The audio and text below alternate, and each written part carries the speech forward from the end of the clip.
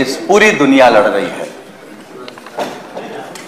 देश बहुत संकट से गुजरा, पूरी दुनिया संकट से गुजरी। हम लोगों को खुशी है कि हमारे डॉक्टरों ने, वैज्ञानिकों ने और हमारे देश ने दुनिया के दूसरे मुल्कों से पहले कंट्रोल भी किया है और नुकसान भी कम हुआ है। लेकिन मान्यवर,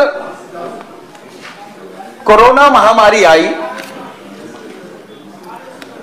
और उत्तर प्रदेश में कोरोना महामारी को दूसरे रूप में लिया गया। हालांकि इस बात को माननीय प्रधानमंत्री जी ने भी कहा कि आपदा में अवसर, लेकिन उत्तर प्रदेश की सरकार ने आपदा में जो अवसर खोजा उससे उत्तर प्रदेश का बड़ा नुकसान हुआ है। क्योंकि अभी सरकार जब जवाब देगी तो केवल उपलब्धि बताएगी, WHO की चीजें बताएगी। मैं उसमें क्रमवार आऊंगा। मैं अगर माननीय सभापति जी अगर इस बात को कहूं कि उत्तर प्रदेश में कोरोना महामारी केवल योगी आदित्यनाथ की ब्रांडिंग बन गई। कोरोना महामारी से लोग लड़ते रहे, लेकिन सरकार केवल योगी आदित्यनाथ की ब्रांडिंग करती रही। क्योंकि हम लोगों ने देखा है अखबारों में तस्वीर, टीवी में तस्वीर, मुख्यमंत्री जी के अलावा और किसी की नहीं दिखाई दी। न दो उप मुख्यमंत्री हैं, न दूसरे मंत्रियों की, न किसी की नहीं। लॉकडाउन जिस तरीके से हुआ, ठीक है, बीमारी के बारे में किसी को जानकारी नहीं थी, आपने लॉकडाउन कर दिया। लेकिन लॉकडाउन के बाद भी सरकार समझ नहीं पाई। लॉकडाउन के आनन फानन करने के बाद जिस तरीके से कोरोना महामारी में संगठित लूट हुई है उत्तर प्रदेश में, मानवर हम लोगों ने सदन में भी उठाया। 75 जिलों में उत्तर प्रदेश में भ्रष्टाचार हुआ है। SIT की जांच बैठी, लेकिन अभी तक रिपोर्ट नहीं आई है। अगर हम जिक्र करें शुरुआती दौर पर, हम आप समझ सकते हैं कि उत्तर प्रदेश में कोविड महामारी में इस सरकार ने कितना लूटा होगा। RT-PCR की जांच मानवर पहले 2500 रुपए में होती थी और होते होते 600 रुपए में आ रही है। आप सोचिए मानवर, किट वही और रेट 2500 से आ गया 600, PGI में 600 भी है, 300 भी है। तो इसका मतलब उसी किट पर कितना पैसा लूटा गया। वो कमीशन किसके पास गया है मानवर? क्योंकि सरकार केवल कमीशन खाने में लगी रही। और तब जब सरकार में शामिल लोग भी कोरोना से नहीं बच पाए, बड़े पत्रकार भी नहीं बच पाए, दूसरे नेता भी नहीं बच पाए, लेकिन टीम 11 के साथ बैठक लगातार माननीय मुख्यमंत्री जी की चलती रही। माननीय सभापति जी, हम लोगों को यह समझ में नहीं आया कि डेली प्रतिदिन माननीय मुख्यमंत्री जी की एक तस्वीर टीवी पर आ जाती थी, अखबारों में आ जाती थी कि टीम 11 के साथ माननीय मुख्यमंत्री जी कोविड महामारी से लड़ने के लिए तैयारी कर रहे हैं, चक्रव्यूह रच रहे हैं। मतलब कौन से चक्रव्यूह रच रहे थे? कोरोना क्या इधर उधर भाग रहा था? और उस टीम 11 में कोई डॉक्टर नहीं था, सारे मास्टर थे भ्रष्टाचार के, डॉक्टर एक नहीं था। और मानोर, मैंने कहा कि विपक्ष से आपने क्यों नहीं सलाह ली? क्योंकि जितनी जिम्मेदारी सरकार की थी कोरोना महामारी से लड़ने की, उतनी जिम्मेदारी विपक्ष की भी थी, हमारी भी थी, आपकी भी थी, देश की जिम्मेदारी थी।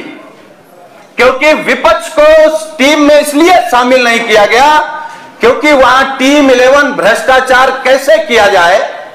लाइट मत जलाइए महामहिम, 5 मिनट हो गया। 5 मिनट नहीं, हम अकेले ही बोलेंगे, लेकिन पूरा भ्रष्टाचार पे बोलेंगे, 15 मिनट बोलेंगे आपकी अनुमति से। नहीं 15 मिनट नहीं 10 मिनट। भ्रष्टाचार पे चल रहा है कोरोना पे? नहीं, कोरोना में जो भ्रष्टाचार हुआ उस पर चल रहा है। नहीं भ्रष्टाचार पर नहीं, मैं गिना रहा हूँ कोरोना नहीं अच्छा माननीय और इतने भ्रष्टाचारी लोग अभी कह रहे पहले कोरोना पे नोटिस लगी कि भ्रष्टाचार पे लगी। ये तय हो जाए मानो।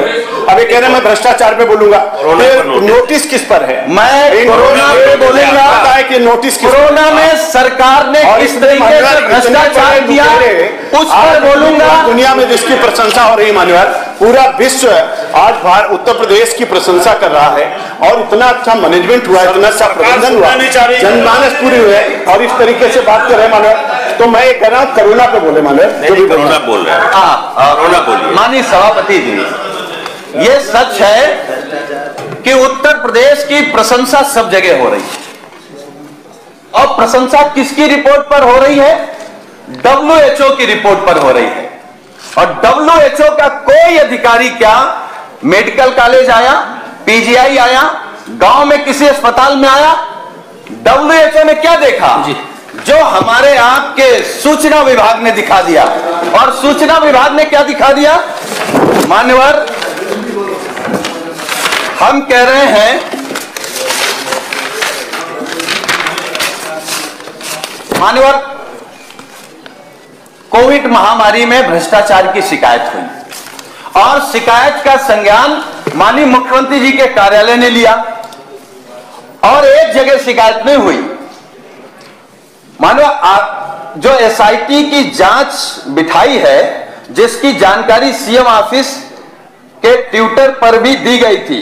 इससे पहले आरोप लगे थे कि जिस कोरोना किट का दाम 2800 रुपए तय किए गए, माननीय सभापति जी, जिस किट के दाम 2800 रुपए तय किए गए थे, अभी माननीय सदन खड़े हो गए थे। अब मैं गिना रहा हूं इनका भ्रष्टाचार कोरोना में।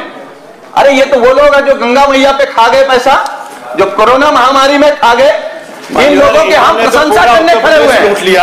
अरे हम इन्होंने तो पूरा उत्तर प्रदेश लूट लिया। ये तो गलत का परिणाम था मान्यवर कि आज जनता। माननीय सभापति जी, आपका हम संरक्षण चाहते हैं। माननीय सभापति जी, माननीय सभापति जी, तमाम गंगे हम आपका संरक्षण चाहते हैं। 24 करोड़ लोग पूरे विश्व से आए, संरक्षण चाहते हैं। 24 करोड़ लोग विश्व से आए मान्यवर, और आचमन करके जलपान करके और कुंभ की पूरी प्रशंसा पूरी दुनिया में हुई मान्यवर। 24 करोड़ लोग आए। ये मोदी और योगी की सरकार है मान्यवर। गंगे में मान्यवर, अगर नमामि गंगे की बात करेंगे तो जवाब देना पड़ेगा मुझको। इन्होंने नमामि गंगे से हट करके कुछ बोले, कोरोना से जैसे हटेंगे, अगर कोरोना से हटेंगे तो जवाब देना पड़ेगा। कोरोना से जवाब देना पड़ेगा। अगर कोरोना से हटेंगे वो नहीं हटेंगे। मान्यवर, एक तो RT-PCR की जो टेस्ट था उस पर कितना घोटाला हुआ, और फिर जो सरकार ने किट खरीदी थी कोरोना किट, माननीय सभापति जी, जो 2800 की किट थी वो सुल्तानपुर में 9,950 रुपए में खरीदी गई, प्रतापगढ़ में 12,500 रुपए में खरीदी गई, बिजनौर में 13,500 रुपए में खरीदी गई, झांसी में 8,500 रुपए में खरीदी गई, उन्नाव में 6,000 रुपए में खरीदी गई, सहारनपुर में 4,190 रुपए में खरीदी गई, गाजीपुर में 5,800 रुपए में खरीदी गई। इसका कमीशन कहां गया माननीय सभापति जी? कितनी प्रशंसा करूं।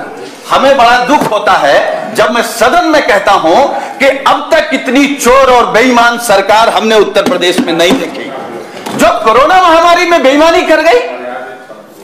और खाने में मानवर इन लोगों ने किसको दिया खाने का? कोविड अस्पताल में जो कैंटीन थी वहां कोई आ नहीं सकता था, जा नहीं सकता था। करोड़ों रुपए खा गए किट के नाम पर, सैनिटाइजर के नाम पर, और ब्रांडिंग केवल होती रही माननीय मुख्यमंत्री जी की। एक बार अगर नेता सदन की फोटो छप जाती, इनका दौरा लग जाता, टीम 11 के साथ आप बैठ जाते, क्योंकि हम जानते हैं नेता सदन ईमानदार आदमी है। टीम 11 में अगर ये बैठते तो उत्तर प्रदेश में भ्रष्टाचार नहीं हो सकता था, और कम से कम कोरोना महामारी में तो बिल्कुल नहीं हो सकता था। सिंह जी 10 मिनट हो गए सर, 10 मिनट पूरा प्रदेश लूट गया माननीय, पूरा प्रदेश। और किन लोगों ने लूट लिया?